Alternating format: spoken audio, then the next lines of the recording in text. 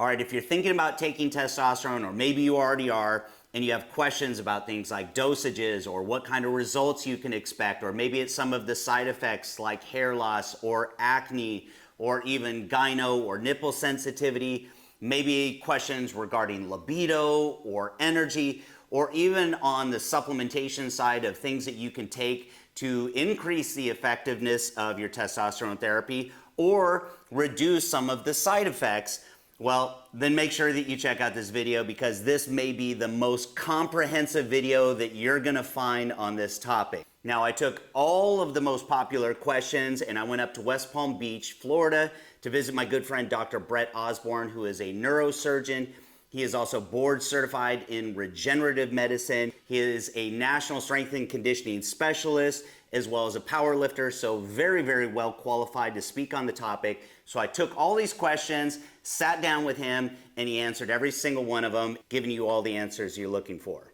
All right, so what's the difference between a natural endogenous testosterone that our body produces versus an exogenous source like an injectable? The molecule is what's called esterified to something else, so another molecule. And what happens is, in order for the testosterone to become bioavailable, it has to undergo that ester, or that secondary molecule that's attached to the testosterone molecule, has to be cleaved off, and then the testosterone is released into the system. So for our body to be able to use that testosterone, that's the first thing that has to happen, cleaving that bond, separating it from that ester. Correct, and that occurs in the liver, and then the testosterone, the identical testosterone molecule that you make, is released into the system.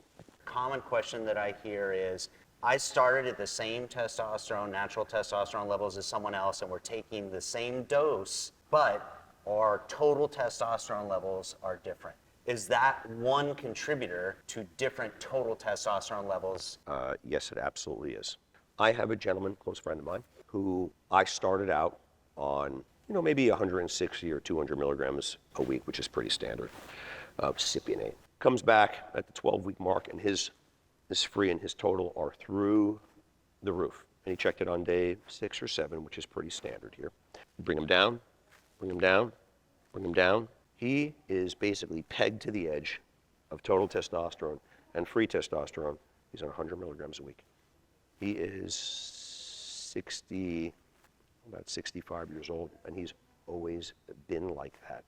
Liver function test normal, healthy guy. Has to be something genetically going on with him as far as how easy it is for him to cleave the ester off. We can see that in just those numbers. And in particular, the total, like you had said. So that would be a cleavage issue right there. That's right? step one. Yeah, so that would be step one. But we do see that. We also see the opposite. When we give somebody, say, 160, 200 milligrams, and sort of by state law, you're really not supposed to be writing a lot more than 200 milligrams a week. Some of these clinics do it. We don't. We may get somebody on 1.25 milligrams if they happen to be like this. So we do see that. Those outliers, if you look at the sort of the Gaussian curve, 2.5% over here, 2.5%, but 95% of people are sort of in there. And typically people need, I would say, somewhere between 0.6, so 120, and 200 milligrams a week. I mean, I'm good right at about 160, 170 milligrams a week. I have my stuff sort of pinned to the edge. They're not super physiologic. That's not the goal here because of its untoward effects. But yeah, it's a genetic thing, and it has to do with what else you're exposing your liver to. So if you're taking a lot of supplements, although we think that they're very, very benign, a lot of them are not, and they cause problems with your liver. Other sorts of toxins, which people also think are just benign. Oh, I just have a drink a night, maybe 2. It's just red wine. It's good for me. I would argue and say that you're probably selling yourself short on that. So liver health in combination with genetics are going to determine how efficiently our body is going to be able to utilize that testosterone. Correct. One of the supplements actually 2 of the supplements that we use in this clinic in the context of keeping your liver as detoxified, if you will. It's the detoxifying organ, but you have to also detoxify that organ. And acetylcysteine, milk thistle, those are 2 big ones, particularly the people in the clinic that they have to drink every night. What's the difference between what you would call a hyper responder to testosterone, so someone who responds really well to it, versus a hypo responder, or in the world of bodybuilding, they would say a responder and a non-responder? We've all seen the people that take a lot of things and don't really look that great, and you see the people who take a little bit and they respond really well. You see it, but there's always a reason. The reasons why people are responders versus non-responders, in other words, there's always a cause.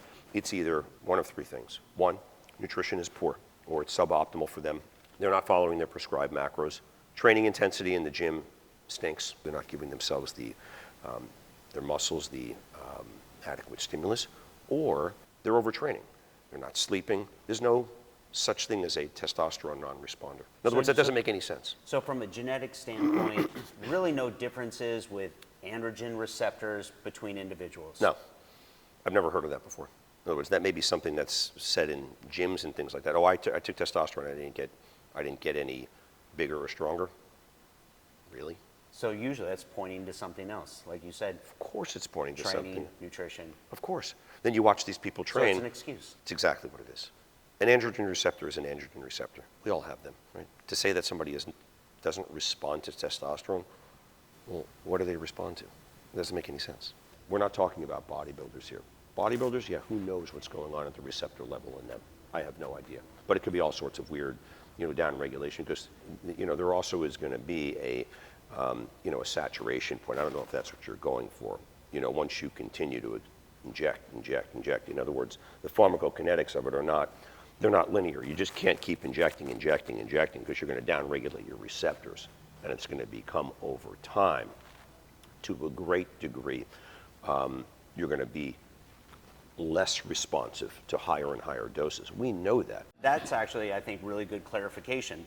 Naturally, under normal circumstances, no such thing. Sure. Someone who's abusing over a long period of time, there's going to be a downregulation, and so that person could essentially be a non-responder, not as responsive. Less responsive, sure. And I have no issue with that. That's sort of a standard principle in pharmacokinetics. Now, from a genetic standpoint, some people probably build muscle easier than others, if all things are equal. I would agree with that. I think that there is a predisposition, like as an example, I can't be a professional basketball player. I'm 5'0", so there's some sort of genetic predisposition for me not to be a pro basketball player.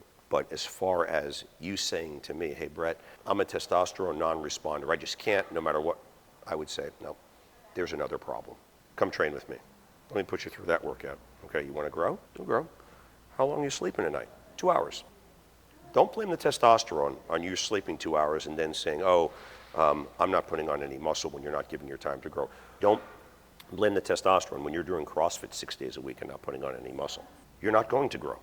Is it the testosterone molecule that's not working? It's you're running around with cortisol levels that are detracting from the effects of testosterone. When we're talking about things that influence the results that we get or the benefit that we get from testosterone, cortisol levels are obviously huge. Huge. I would say, if you were to ask me, call me up on the phone, hey, Brett, what is the number one thing that probably counters the effects of testosterone? High cortisol levels. I want to shift gears a little bit and start talking about blood work. What are some of the things, obviously, besides, and we're going to dive into total testosterone versus free testosterone, Sure. and even bioavailable testosterone, Sure. which not everyone talks about. Right. But before we do that, what are some things when someone's looking at their blood work, they go to the doctor, they get their blood work done, what are some of those other things related to their testosterone levels that they should be looking for? Right, so albumin levels, albumin is just a protein or a globulin that is secreted by the liver, binds up various molecules in the blood, one of which happens to be testosterone. Sex hormone binding globulin is another thing to check, to be another lab value to check. Sex hormone binding globulin, again, another globulin, another protein that's floating around in the plasma that has a very, very high affinity for sex hormones. So it's sex hormone binding globulin, SHBG. It binds testosterone. It binds estrogen with high affinity. If you have high levels of sex hormone binding globulin, it can be problematic because it's going to sort of hold on to any testosterone that is released from the liver and make it non-bioavailable. But so albumin, sex hormone binding globulin. Another one, obviously, which is on everybody's radar, is your E2 levels, so your estradiol levels, because testosterone is aromatized more so in females than in males, but even in some males, genetics, to estradiol. And you don't want to have too much of an imbalance because you can end up with gynecomastia, et cetera, et cetera. So those are the sort of the three big ones that we, actually the four big ones that we check here. So testosterone, estradiol, sex hormone binding globulin, albumin, and of course you always have to check your LFTs, your liver function test, because you also want to make sure that whether it's the testosterone or whether it's just, let's say, an aromatase inhibitor, just let's call it an anastrozole, you want to make sure that they're not bumping or causing elevations in your liver function test. You're not hurting your detoxifying organ, your liver, by polluting it with chemicals. And an anastrozole is a known offender to cause bumps in LFTs. So going back to liver health being one of the important factors there for our testosterone levels, our utilization of testosterone therapy. Sure. So obviously important to look at our liver function and our blood work, like you said, albumin, sex hormone binding globulin, and then estradiol, which is, like you said, a lot of people, whether it's gyno or sensitivity in the nipple, that becomes an issue. Absolutely. Let's talk about total testosterone versus free testosterone versus bioavailable testosterone, because that goes back to these proteins. Sure. It's tightly bound to sex hormone binding globulin. Correct. Not available for tissues to use. Correct. So it's not being cleaved off of the sex hormone binding globulin molecule. It's done, which is in distinction to testosterone that is bound to albumin. Which is loosely bound. Very loosely bound and will float in and out, depending upon, it's almost like a suck effect. As there's demand, in the tissue, you electively injure your muscles, training, right? So there's demand for recovery, right? There's demand at the cellular level. Testosterone is going to get bound. More is going to be pulled off of that reserve pool, the albumin-based reserve pool. So there's an equilibrium there. So as more of the free testosterone is being utilized at the receptor level on the cell, you're going to create like a sump effect. More is going to be pulled off the albumin molecule. Typically, we don't see a lot of variations in albumin in well-nourished, healthy individuals. So for the general population, sure, it's just I look at it real quick. But for the most part, albumin is albumin. It's pretty much normal in most people. It's the same sort of thing as, do I measure in the clinic bioavailable testosterone? No. For what? Most people's albumin output from their liver is normal. So I don't need to measure it, but it's a good thing to understand the difference between high affinity SHBG. So here's the SHBG molecule. You put testosterone on it. It's not coming off. It's gone. Okay, it's over. Okay, you're not going to cleave that. Okay, and get that to join the albumin pool. Okay, certainly these two things are not going to fight with each other, because the affinity of SHBG for testosterone relative to albumin, they're orders of magnitude different. This is loose, like you said. Albumin goes like this and it sort of holds it, okay, but you can knock it off really easy. Sex hormone binding globulin, once it's got it, it's done. The affinity is too high. So we don't measure bioavailable, and that means the free testosterone floating around, okay, so not protein bound, plus that which is bound to albumin. We don't measure it because you don't need to measure it. But I think an important distinction for most people, because the focus ends up on total testosterone versus just free testosterone, and that's only a partial picture. So that which is bound to sex hormone binding globulin, like you said, is gone. Right. That's a waste. Right. Write it off the books. Right. But the amount that is bound to albumin can still be used. And I think that's where there is an importance, not necessarily on testing bioavailability. Right. But knowing that it's not just the free testosterone by itself that matters. The amount that is bound to albumin matters as well, because that is the testosterone that is in reserve in times of higher demand. That's correct. So we will see, okay, this a lot. Somebody comes in, they have a total testosterone that's pegged to the edge. I'll just call it 1100, okay? And then their free testosterone is 8, okay? Almost by definition, their sex hormone binding globulin is high. You don't see it any other way because you can't really You can't really account for that. That's really the only explanation for something like that. So what really is important is that percentage of total testosterone, not just that is free testosterone, but that ratio that is bound to sex hormone binding globulin Yes. versus what's bound to albumin. So that's what's important, Correct. So when you see high SHBG, Right. that means less of that total testosterone is going to be bound to albumin and available later. That's correct. So you want to see lower sex hormone binding globulin levels. That's correct. And like I said, the albumin, even if you tried to move the needle in that regard, and there's no reason to do that, you couldn't. Okay, aside from giving somebody, telling them to eat more protein, you may see it bounce up a point. Sex hormone binding globulin, if we see it high, okay, and I'm just going to use the number 50. We want it typically somewhere around 20 to 30. That's where probably the sweet spot for most people.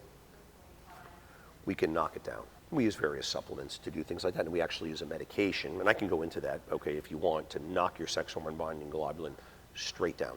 And then the free testosterone goes right up. I think anyone watching this is going to say, yes, I want to know. So, Sure. so let's start with supplements. Sure. What kind of things can your average person do, maybe over the counter, go to a supplement store, to knock down their SHBG? So we use two, and we start out obviously supplements first, and then medications if it proves refractory.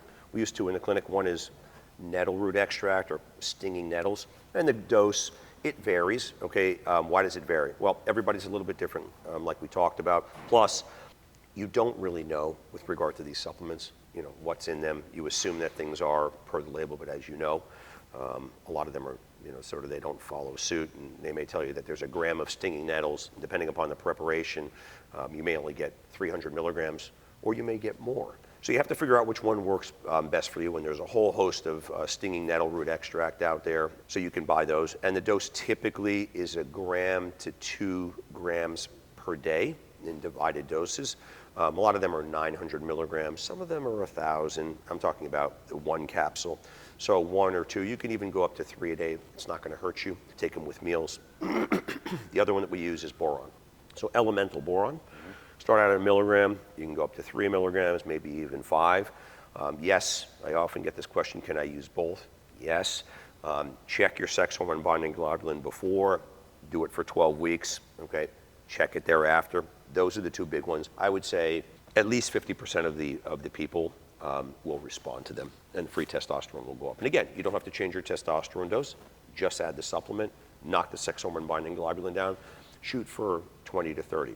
So when it comes to this, let's call it a perception of being a non-responder, right? That could be a factor. If someone's SHBG is high, they could be on a higher dose of testosterone, and obviously if their doctor's not telling them, well, here's the problem, their perception is going to be, well, I'm not responding to this the way that maybe someone else might be. That's correct. Hopefully their doctor is talking to them about that. And again, these are sort of, you know, loaded, you know, questions, because you also don't know what else they're taking, James. Right. You know, they can be on 40 synthetics. So you have no idea.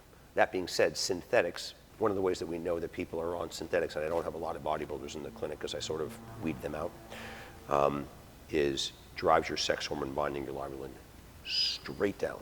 So you can get somebody who says, oh, you get this guy who's really, really big, comes in here and goes, oh yeah, no, I just take 200 milligrams of test, you know, a week ago. You're 4% body fat, you're monstrous. What else are you taking? Your sex hormone binding globulin is 5. You know. Something else is going on. That's right. The telltale sign is when somebody comes in here, they're on nothing, and their sex hormone binding globulin is 5. Then they're taking this, let's call it Anavar, okay, and their testosterone level is, you know, 0. Okay, we oftentimes see people that come in here and they have very, very low levels of both. And the reason why sex hormone binding globulin goes down is, one, there's probably a direct inhibition, but it's probably secondary to the fact that they're driving, a lot of times they, by a feedback mechanism, they're shutting off their natural testosterone production. Okay, we know that that happens when you take synthetics in isolation. That's why if you're going to take synthetics, you always take both, right? And their body, if you make the mistake of only taking one Anavar, don't take testosterone, you're sex hormone binding globulin goes down because your body is trying to free up as much of that testosterone as possible because the production is being suppressed. So it's the body's natural response to free up testosterone. So it lowers sex hormone binding globulin. Does that make sense? It does. It's you know, it's not a topic that I know a lot about. And listening to you, I'm now in my head seeing these questions that were popping up where people are going to their doctor and these physicians are prescribing Anavar, and that's what they're telling them is that we're trying to knock down your SHBG levels. And that's true, okay? And that's the way that doctors get around the law. How do you get it from your, I thought the synthetic laws cracked down on that. Oh no, my doctor wrote it for me because I want to drive my sex hormone binding globulin down to free up more testosterone. Hopefully they're also giving them testosterone, right? Not just the Anavar into itself. Otherwise what ends up happening is that you find out after the fact that, oh, yeah, I haven't been able to have sex with my wife in 6 months ever since I started the Anavar. Well, no, go figure, right? Because your testosterone levels plummet, okay? They plummet. Your sex hormone binding globulin goes, oh my God, you know, his testosterone level, you know, went from, 400, now it's down to 50. So my sex hormone binding globulin, my liver is reacting and going, oh my God, this guy has no more testosterone floating around in the body. I'm going to cut the production of sex hormone binding globulin off to try to salvage the situation, but it can't. In other words, they're oftentimes too far gone. So the big and burly guy, okay, he's all on his synthetics, right? He's on Anadrol, whatever he's on. He's a big and burly guy. Can't have sex with his wife. How's that possible?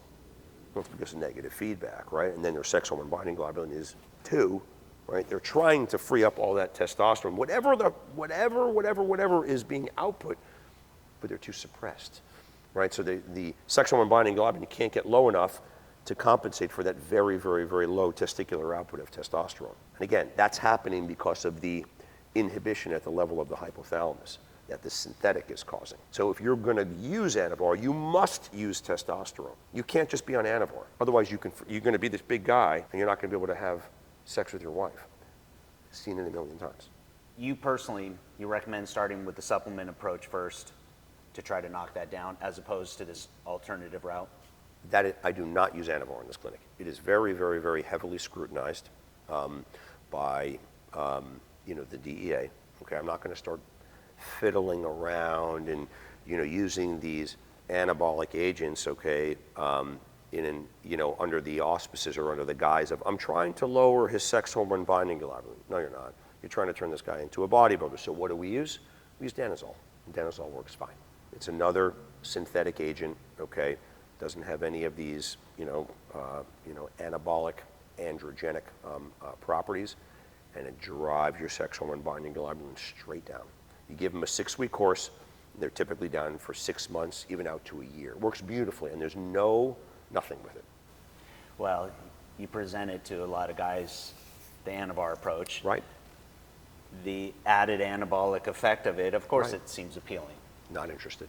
Right. Right, but absolutely that's what's From going an on. aesthetic perspective, you can see why a lot of people like it. Of course, okay, but I'm not here to lose my license. Right. I'm not. So it's a way, not necessarily the right way. Correct.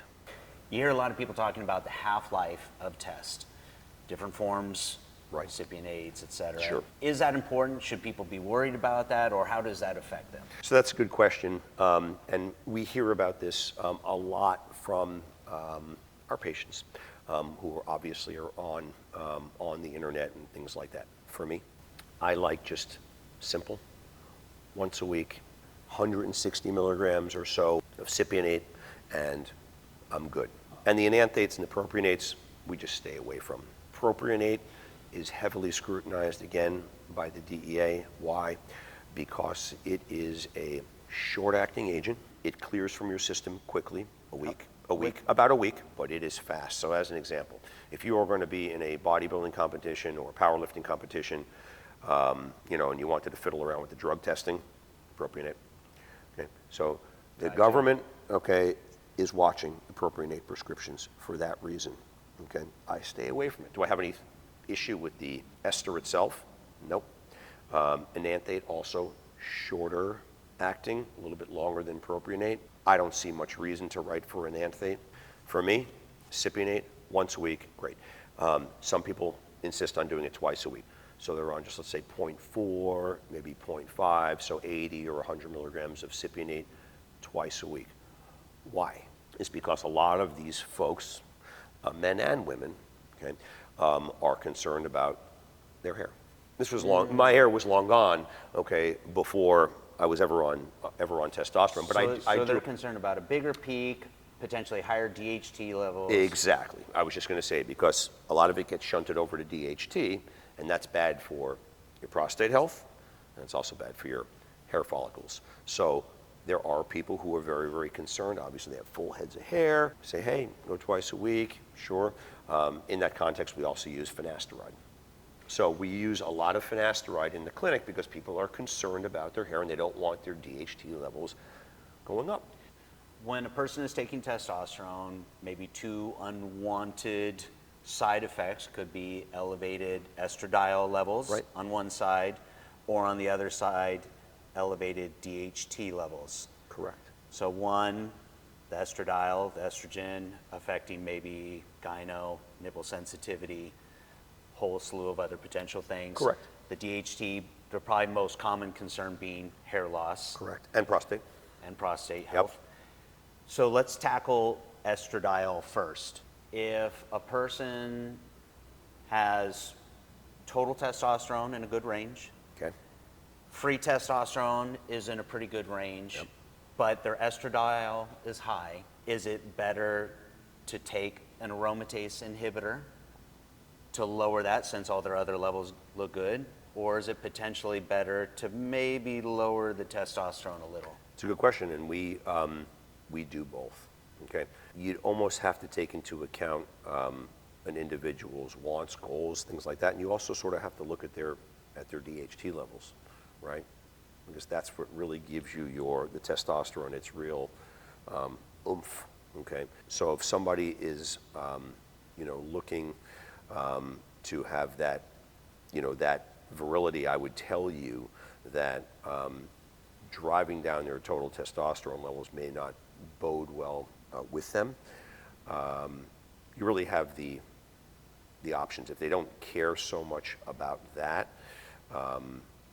you can drop their total testosterone level. So that answer is heavily dependent upon where that individual wants to sort of live. So another surgeon colleague of mine at the hospital, total testosterone, free testosterone, good, but he has ED. And that's a whole other, there's a difference between erectile dysfunction and libido. Yes. Remember, I told you the ED itself, it's almost a vascular phenomenon. In other words, you have poor blood flow down there, whereas libido, and the two can be interchanged, but that's erroneous. Okay, libido is your drive. I said, you're calling me and you have ED problems, which he really doesn't. He's a very healthy guy, okay, no medical problems, just on a little bit of test. I said, it's probably your libido. What's your estradiol level? I don't know. You better go check it. And the text was, be careful, because when you're on an AI, and he was on an anastrozole, and he was on 0.5 milligram a week. I said, be careful, because with estradiol, men are probably best at 20, 25, 30, 35, but the window, and if I can get 1 point across, is extremely narrow. You're outside of the window on the low side, too low. It doesn't matter if you've got the hot wife or the hot girlfriend, you are not going to work. It's not happening, okay? Estrogen has these profound effects in the brain. If you're outside the window, you're done. We see that all the time. So almost without knowing his numbers, you're on too much anastrozole. So admittedly, I used to make this mistake because the way I was trained was go on anastrozole 0.5 3 times a week. The phone was ringing off the hook because I was telling my patients to do that. Can't sleep at night. I'm feverish. I have hot flashes. Can't have sex with my wife. So you know what we do with the anastrozole now? We start people out, if we start people out. So if they come in and they have very, very low in estradiol to begin with, for whatever reason, okay, so they're sort of on the low end, just let's say they're 10, don't even start them on anastrozole. Maybe put them on some zinc, okay, which has aromatase inhibiting properties, okay, like chrysin, zinc, okay, those are good ones. And we wait and we see at 12 weeks. Gynecomastia doesn't happen in 12 weeks, okay? Nipple sensitivity typically doesn't happen in 12 weeks. But when I used to start people on aggressive doses of anastrozole, it was a disaster. So very, very, very narrow window. And if you're going to err on one side, leave the anastrozole out, take zinc every day, 25, 50 milligrams. It has a nasty tendency to make people nauseous, so you just got to be careful with it. But watch out, okay? More so for low estrogen than for high estrogen. That's my sort of soapbox speech on estradiol. How did I learn? 1,000 patients or more, whatever it is. Can you have low testosterone levels yet still have a high libido? Oh, you see that all the time. I saw a guy last week, free testosterone of 6. How's it with your wife? I'm good. Sure, it could have been better. He'll say something like, oh, you know, it wasn't as good as when I was 18. Right. But he's still passed. But I see that all the time. And the other key component, you know, to libido is also how you are between your ears. If you have a significant amount of stress on the job, in your professional life, your personal life, whatever, your financial, whatever it is, and you are bad there, Right. okay? Even despite, because I know this question's coming, even despite you being up here, okay? In other words, your free testosterone is 18. You're good. Some of those people are just, no. So that was the question. That was Yes. the follow-up. Yes. Can you have high testosterone and low libido? See that? And the first thing that I usually go after is, what do you do for a living? How much stress do you have in your life? / are you sleeping well? Right? Those two things are very, very tightly coupled, as you know. So we do see that. You know, people that are CEOs with good, you know, levels of testosterone, they have zero drive. So a lot of that stuff comes between their ears, and I always talk to them and counsel them about, you got to get your stress down. You got to get your stress down. It's not purely an effect of testosterone levels. So switching gears, going to the other side of the conversation, DHT levels. Right. Again, probably same approach. First thing is lowering total testosterone Correct. intake. Correct. Is there anything else someone can do if their DHT levels are high? Sure. From a supplement standpoint, what you can use is you can use saw palmetto. So that's the prostate. That's typically billed as the prostate. Go get some saw palmetto, right? Because DHT, untoward effects on the prostate, causes the prostate to grow, hair follicles to, basically die in people that are androgen sensitive. Okay, so there are a lot of people on testosterone who have no problems with their hair, right? There are a ton of people who are not sensitive to it, and there are a subset of us who happen to be. So saw palmetto is a good one from a pharmaceutical standpoint, things that work really well. So 5-alpha reductase, okay, takes testosterone and goes to DHT. So 5-alpha reductase inhibitor is like finasteride. Any of the hair loss medications, okay, that end in "ide," okay, like the finasterides, and there's a million other ones, Propecia, things like that, and that's obviously the brand name. But things like that, aldactone. So that's a potassium-sparing diuretic. A lot of bodybuilders use it, particularly during the contest prep. That, interestingly, despite the fact that it is a diuretic, it's used for acne, and it's also used for hair loss and prostate. That'll drive your DHT down to 0, okay, if you use it in a reasonable dose. They actually have shampoos, okay, that have like an aldactone in them that you can use on your hair, so it gets into the follicles. So yeah, so it does. That does work. Estradiol, we know we don't want to drive it to 0. Right. We don't want it too high, but we don't want it at 0. What about DHT? So same sort of thing. Great question. What's the main side effect of people that are on hair loss medication? What do you think? Some effects on the androgenic properties of testosterone. So how do you feel when those things are not circulating in your body? What's the main complaint that you hear? I don't feel like myself anymore. I sort of feel more, and this is not a misogynistic comment, but I sort of feel more like effeminate. You are. We've taken away your virility. We've taken away your manliness. Your manliness is from your DHT.